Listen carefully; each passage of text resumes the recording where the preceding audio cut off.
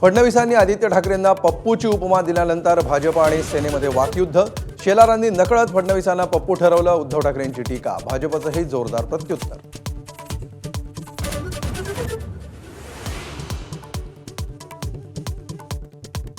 मतदार यादीवरून धार्मिक राजकारणाला वेग. ठाकरेंना केवळ भोईर पाटील हेच दुबार मतदार दिसले, अन्सारी शेख दिसले नाहीत का? शेलारांचा सवाल.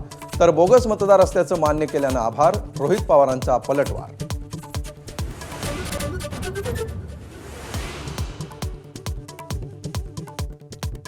लोकसभेला वापरलेली यादीच विधानसभेला वापरली गेली. मतदार यादीवर बोट ठेवणाऱ्या विरोधकांना बावनकुळेंचं प्रत्युत्तर. तर महायुतीलाच 51% मतं मिळतील असा विरोधकांचाच सर्व्हे असल्याचाही दावा.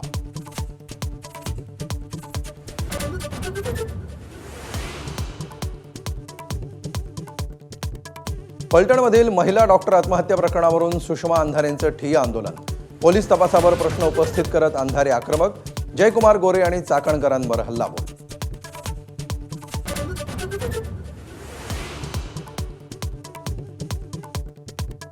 आमदार प्रकाश सुर्वे यांचं वादग्रस्त वक्तव्य. मराठी आई तर उत्तर भारत माझी मावशी.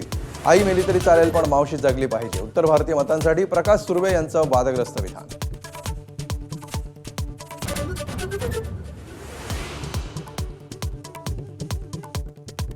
वकील असीम सरोदेंची सनद 3 महिन्यांसाठी रद्द. बार काउन्सिल ऑफ महाराष्ट्राचा सरोदेंना मोठा दंड.